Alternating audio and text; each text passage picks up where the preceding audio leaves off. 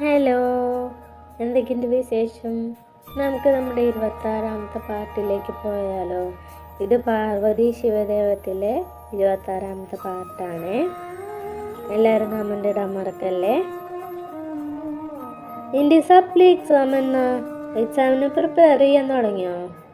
കുറച്ചു നേരത്തെ മൗനത്തിന് ശേഷം ശിവ ചോദിച്ചു. ഇത്രയും നേരം മിണ്ടാതിരുന്ന ഇയാൾക്ക് ഇപ്പൊ ചോദിക്കാൻ കണ്ടത് ഇതാണോ? രാവിലെ തന്നെ മനുഷ്യനെ തേടാക്കാൻ വേണ്ടി ഓരോന്നെ ചോദിച്ചോളും. പാർവണ മനസ്സിൽ പറഞ്ഞിട്ട് മുഖത്തൊരു പുഞ്ചിരി ഫിറ്റ് ചെയ്തു. അറിയില്ല സാർ, ഉടൻ തന്നെ ഉണ്ടാവും, പാർവണ പറഞ്ഞു. ഓക്കെ. അതിനുശേഷം പിന്നീട് ശിവൊന്നും സംസാരിച്ചില്ല.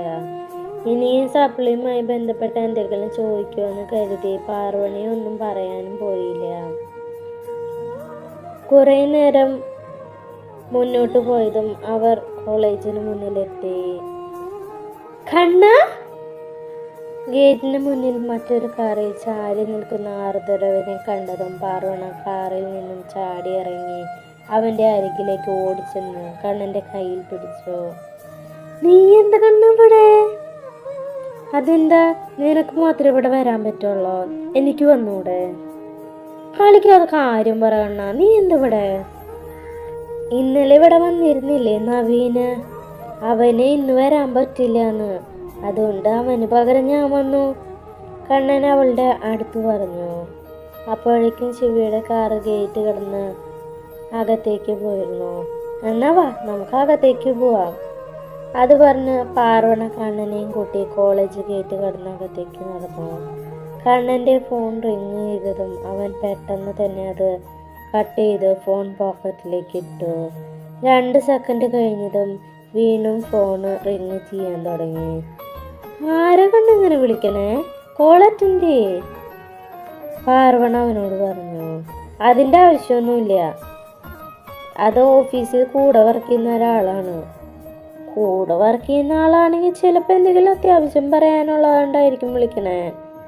ഏയ്, അത്യാവശ്യമൊന്നുമല്ല, മനുഷ്യനെ വെറുതെ ദേഷ്യം പിടിപ്പിക്കാൻ വേണ്ടി ഓരോരുത്തരും ഇറങ്ങിക്കോളും. ആരുടെ കാര്യം കണ്ണാ നീ പറയണേ? എനിക്കൊന്നും മനസ്സിലാവണില്ല. അത് പിന്നെ കൂടെ വർക്ക് ചെയ്യുന്ന ഒരു കുട്ടി കുറച്ച് കാലമായി എന്നെ ഇഷ്ടമാന്ന് പറഞ്ഞ് പിന്നാലെ നടക്കുന്നു. എനിക്കാണെങ്കിൽ അവളെ ഇഷ്ടേ അല്ല. എന്തൊക്കെ പറഞ്ഞിട്ടും അവൾ ഒഴിവായി പോകുന്നുമില്ല. ഇങ്ങനെ വാല് പോലെ പിന്നാലെ ശല്യം ചെയ്തുകൊണ്ട് നടന്നോളൂ, കണ്ണൻ ദേഷ്യത്തോടെ പറഞ്ഞു. ആ കുട്ടി അത്ര സീരിയസ് ആയിട്ടാണ് നിന്നോട് ഇഷ്ടമാണെന്ന് പറഞ്ഞെങ്കിൽ നിനക്ക് പറഞ്ഞൂടെ? വെറുതെ എന്തിനിങ്ങനെ സങ്കടപ്പെടുത്തുന്നേ? ആത്മാർത്ഥമായ സ്നേഹം കണ്ടില്ലെന്ന് നടക്കരുത് കണ്ണാ. ഹേയ്, ഇതങ്ങനെയൊന്നല്ലടി. എനിക്ക് ഓൾറെഡി ഒരു കുട്ടിയെ ഇഷ്ടമാണ്, പക്ഷെ ആ കുട്ടിയോട് ഞാനത് പറഞ്ഞിട്ടുമില്ല. അതിനിടയിൽ ഇവളിങ്ങനെ ശല്യം ചെയ്യുമ്പോൾ പിന്നെ എനിക്ക് ദേഷ്യം വരാതിരിക്കില്ലോ? ഇഷ്ടോ നിനക്കോ? ആരോടാ? ഞാൻ വേണമെങ്കിൽ ഹെൽപ്പ് ചെയ്യാം, പാർവണ ആകാംക്ഷയോടെ പറഞ്ഞു. ചെയ്യോ ശരിക്കും? കണ്ണൻ ഒറ്റപ്പുരക് ഉയർത്തിക്കൊണ്ട് ചോദിച്ചു. ആടെ സത്യം, നീ പറ ആരാന്ന്. ആ കുട്ടിയോട് ഞാൻ സംസാരിച്ച് എല്ലാം സെറ്റാക്കി തരാം. നീ സംസാരിക്കേണ്ടി വരും, പക്ഷെ സമയമായിട്ടില്ല. സമയമാകുമ്പോൾ ഞാൻ പറയാം. അതെന്താ അങ്ങനെ? നിനക്ക് ഇപ്പൊ പറഞ്ഞെന്താ? അങ്ങനെ ഇല്ലടി, ചിലപ്പോ ഇപ്പോ ഞാൻ പറഞ്ഞ അത് അവൾക്ക് അക്സെപ്റ്റ് ചെയ്യാൻ പറ്റില്ല. കുറച്ചു കാലം കഴിഞ്ഞിട്ട് പറയാം. എന്തായാലും നിന്റെ ഹെൽപ്പ് വേണ്ടി വരും. അത് പറയുമ്പോൾ കണ്ണൻ പാർവണിയുടെ മുഖത്തൊന്നും കണ്ണെടുത്തില്ല. അത് പറഞ്ഞ് കണ്ണൻ മുന്നോട്ട് നടന്നു, അവനൊപ്പം പാർവണിയും. ഓഫീസ് റൂമിൽ രാജീവേട്ടനും ശിവയും ഉണ്ടായിരുന്നു. ശിവ ഫോണിൽ ആരോട് സംസാരിക്കുന്നുണ്ടായിരുന്നു. പാർവണിയും കണ്ണനും ഒരുമിച്ച് റൂമിലേക്ക് കയറിയതും ശിവ അവരെ ഒന്ന് നോക്കിയതിന് ശേഷം വീണ്ടും ഫോണിൽ സംസാരിക്കാൻ തുടങ്ങി. സാർ, ഇത് നവീന് പകരം വന്ന ഞങ്ങളുടെ ഓഫീസിലെ സ്റ്റാഫാണ്, പേര് ആർദ്രവ്, കണ്ണനെ പരിചയപ്പെടുത്തിക്കൊണ്ട് രാജീവേട്ടൻ പറഞ്ഞു. മറുപടിയായി ശിവ കണ്ണനെ നോക്കിയൊന്ന് പുഞ്ചിരിച്ചു. കുറച്ച് കഴിഞ്ഞ് ശിവ തൻ്റെ ലാപ്ടോപ്പ് എടുത്ത് കണ്ണൻ്റെ കയ്യിൽ കൊടുത്തു. ആർദ്രവ്, ഇത് സെമിനാർ ഹാളിൽ കൊണ്ടുപോയി സെറ്റ് ചെയ്ത് വെച്ചേക്ക്. എന്താണ് എങ്ങനെയാണ് ചെയ്യേണ്ടതെന്നൊക്കെ രാജീവേട്ടൻ പറഞ്ഞുതരും. ശിവ അത് പറഞ്ഞതും കണ്ണൻ രാജീവേട്ടൻ്റെ ഒപ്പം സെമിനാർ ഹാളിലേക്ക് നടന്നു. ഇപ്പോൾ പാർവണയും ശിവയും മാത്രമുള്ള ആ റൂമിൽ. സാർ, ഞാനെന്താ ചെയ്യണ്ടേ? പാർവണ ചോദിച്ചു. നീ ഒന്നിങ്ങ് വന്നേ. ശിവ പാർവണയെ അവൻ്റെ അരികിലേക്ക് വിളിച്ചു. എന്താ സാർ? പാർവണ ചോദിക്കുമ്പോഴേക്കും ശിവ അവളുടെ കൈ പിടിച്ച് തിരിച്ചിരുന്നു. വേദനിക്കുന്നു സാർ. അവൻ്റെ കയ്യിൽ നിന്നും പിടിപിടിവിക്കാൻ ശ്രമിച്ചുകൊണ്ട് പാർവണ പറഞ്ഞു.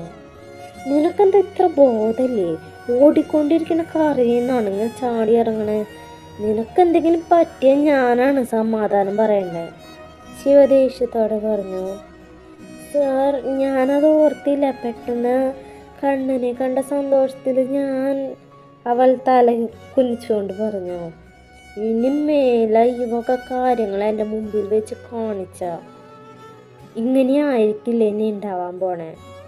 അത് പറഞ്ഞ് ശിവ അവളുടെ കയ്യിൽ പിടിവിട്ടു. ശേഷം ടേബിളിന് മുകളിലെ തൻ്റെ ഫോൺ എടുത്തുകൊണ്ട് സെമിനാർ ഹാളിലേക്ക് നടന്നു. ഈ കാലന് എൻ്റെ കൈ ഇപ്പം ഓടിച്ചാണ് നാശം പിടിക്കാൻ. പാർവണ കൈ തടവിക്കൊണ്ട് പറഞ്ഞു. എൻ്റെ മഹാദേവ, എന്ത് കഷ്ടകാലം ഉണ്ടെങ്കിലും അതൊക്കെ എൻ്റെ തലയിൽ വന്നാണല്ലോ വയ്ക്കണേ. അവൾ കുറച്ചു നേരം അവിടെ തന്നെ ഇരുന്നതിന് ശേഷം സെമിനാർ ഹാളിലേക്ക് നടന്നു. അവൾ അവിടെ എത്തുമ്പോഴേക്കും ശിവ സെമിനാർ സ്റ്റാർട്ട് ചെയ്തിരുന്നു. രാജീവേട്ടൻ ശിവയുടെ അടുത്ത് തന്നെ നിൽക്കുന്നുണ്ട്.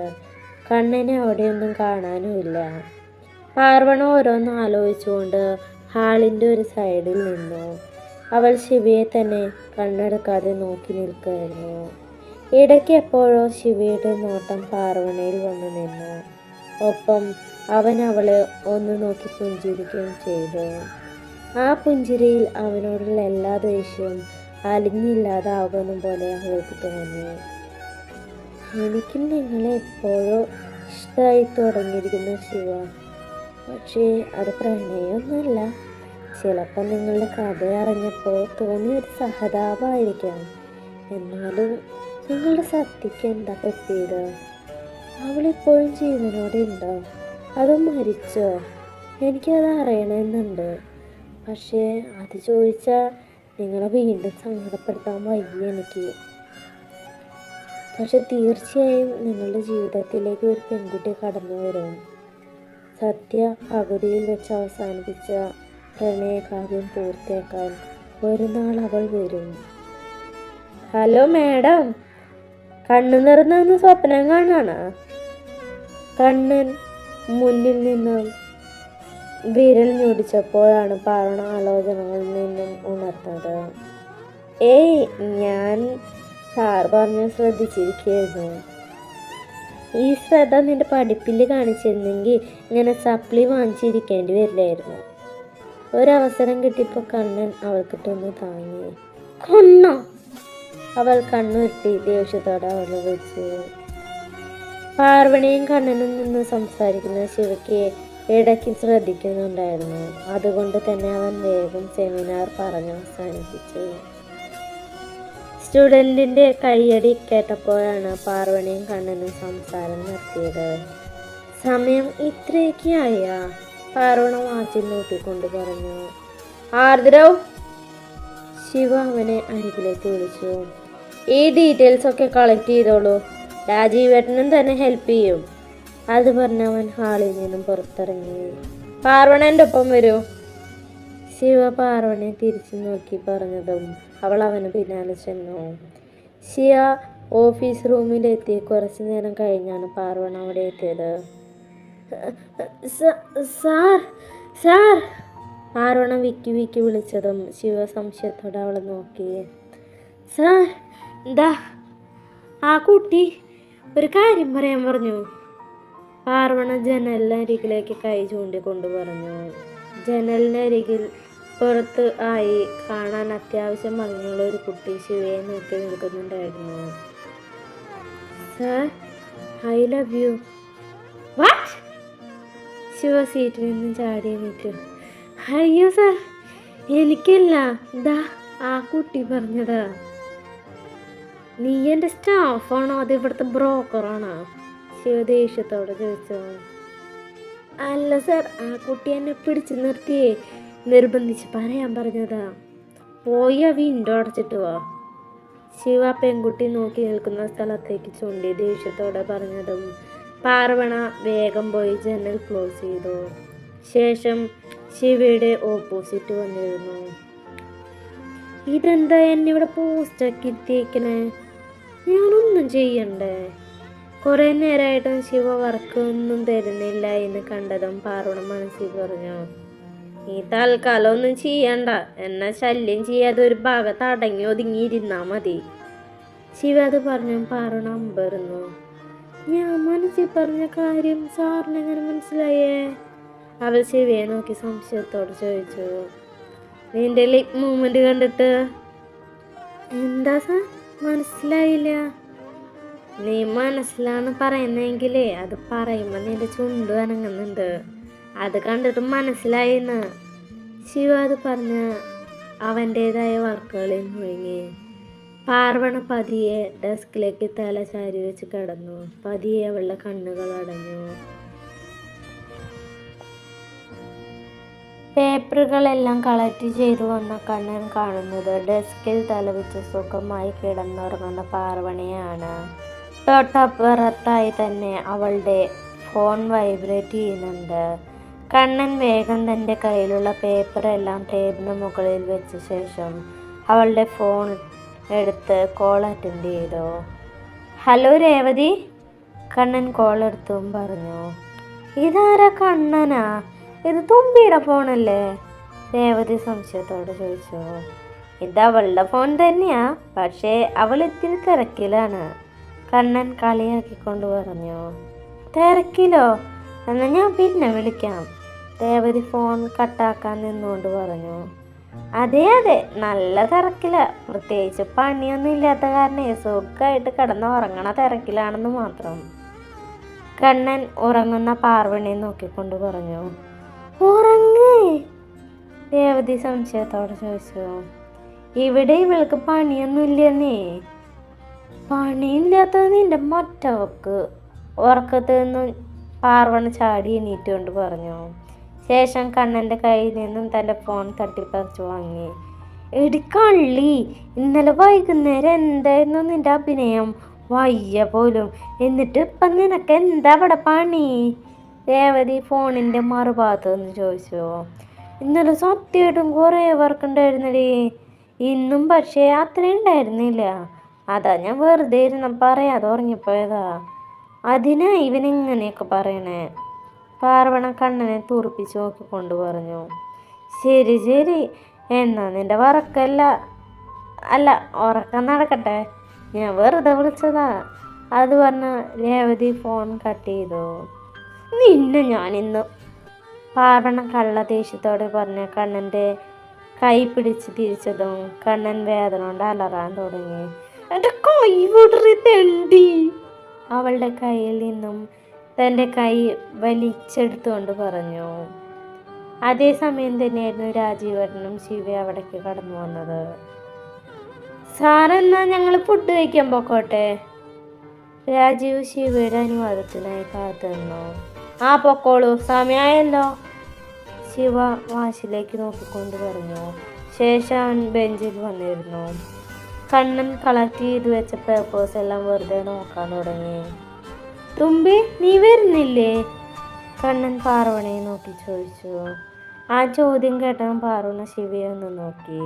അവൻ ഫയലിലേക്കാണ് നോക്കിയിരിക്കുന്നതെങ്കിലും തന്നെ ശ്രദ്ധിക്കുന്നുണ്ടെന്ന് പാർവണയ്ക്കും മനസ്സിലായിരുന്നു. ഇല്ല, ഞാൻ വരുന്നില്ല, നീ പൊക്കോ, കണ്ണനെ നോക്കിക്കൊണ്ട് പറഞ്ഞു. അത് കേട്ടതും കണ്ണൻ രാജീവേട്ടനൊപ്പം പുറത്തേക്ക് പോയി. അവർ പുറത്തേക്ക് പോയതും ഡ്രൈവർ ചേട്ടൻ അകത്തേക്ക് വന്ന് ഒപ്പായിരുന്നു. ഡ്രൈവർ ചേട്ടനെ കണ്ടതും പാർവണ ബെഞ്ചിൽ നിന്ന് ചാടി എണീറ്റു. ശേഷം കൈ കഴുകാനായി പുറത്തേക്ക് ഓടി. താനെന്താടെ ഫുഡ് കഴിക്കാൻ പോകുന്നില്ലേ? ലഞ്ച് ബ്രേക്ക് ടൈം ആയതും ക്യാബിനിൽ നിന്നിരിക്കുന്ന രേവതിയെ കണ്ടതും രേവ ചോദിച്ചു. ഇല്ല സാർ, വിശപ്പില്ല, അവളൊരു പുഞ്ചിരിയോട് പറഞ്ഞു. ആ എന്താ വിശപ്പില്ലാത്ത? എന്താന്നറിയില്ല, ഒരു സുഖമില്ല. എന്താന്ന് എനിക്കറിയാം, എൻ്റെ ഫ്രണ്ട് ഇല്ലാത്ത കാരണല്ലേ. താൻ അതാലോചിച്ച് ഇവിടെ ഫുഡ് കഴിക്കാതെ ഒന്നും ഇരിക്കണ്ടേ. അവിടെ പാർവണയ്ക്കുള്ള ഫുഡൊക്കെ ശിവ ഏർപ്പാടാക്കിയിട്ടുണ്ടാവും. രേവതി നോക്കി ദേവ പറഞ്ഞു. അവൾ ഇന്നലെ പറഞ്ഞിരുന്നു ശിവസാറിൻ്റെ വീട്ടിൽ നിന്നാണ് ഫുഡ് കൊണ്ടുവന്നതെന്ന്. അപ്പോൾ പിന്നെ എന്താ പ്രശ്നം? താൻ പോയി ഫുഡ് കഴിച്ചിട്ട് പാടോ, ദേവ അവളെ നിർബന്ധിച്ചുകൊണ്ട് പറഞ്ഞു. അത് കേട്ടതും അവൾ പതിയെ തൻ്റെ ടേബിളിൽ നിന്ന് എഴുന്നേറ്റ് പുറത്തേക്ക് നടന്നു. രേവതി പോയി കുറച്ച് കഴിഞ്ഞു ദേവ തൻ്റെ ഫോൺ പോക്കറ്റിലേക്കിട്ട് പുറത്തേക്ക് നടന്നു. അപ്പോഴാണ് ജനലിനരികിൽ പുറത്തെ ഗാർഡനിലേക്ക് നോക്കി നിൽക്കുന്ന രേവതി അവൻ കണ്ടത്. താനെന്താ ഫുഡ് കഴിക്കുന്നില്ലേ? ദേവ വീണ്ടും അവളെ നോക്കി ചോദിച്ചു. വേണ്ട സർ, അവളത് പറഞ്ഞ് വീണ്ടും പുറത്തേക്ക് നോക്കി നിൽക്കാൻ തുടങ്ങി. എന്നാൽ ഞാനൊരു കാര്യം ചെയ്യേ, എൻ്റെ ഒപ്പം വായോ, നമുക്ക് ഒരുമിച്ച് ഫുഡ് കഴിക്കാം. എന്തായാലും ശിവയില്ലാത്ത കാരണം ഞാനും ഒറ്റയ്ക്കാണ്. താനാവുമ്പോൾ എനിക്കൊരു കമ്പനി ആവുമല്ലോ, ദേവി അവൾ പ്രതീക്ഷയോടെ പറഞ്ഞു.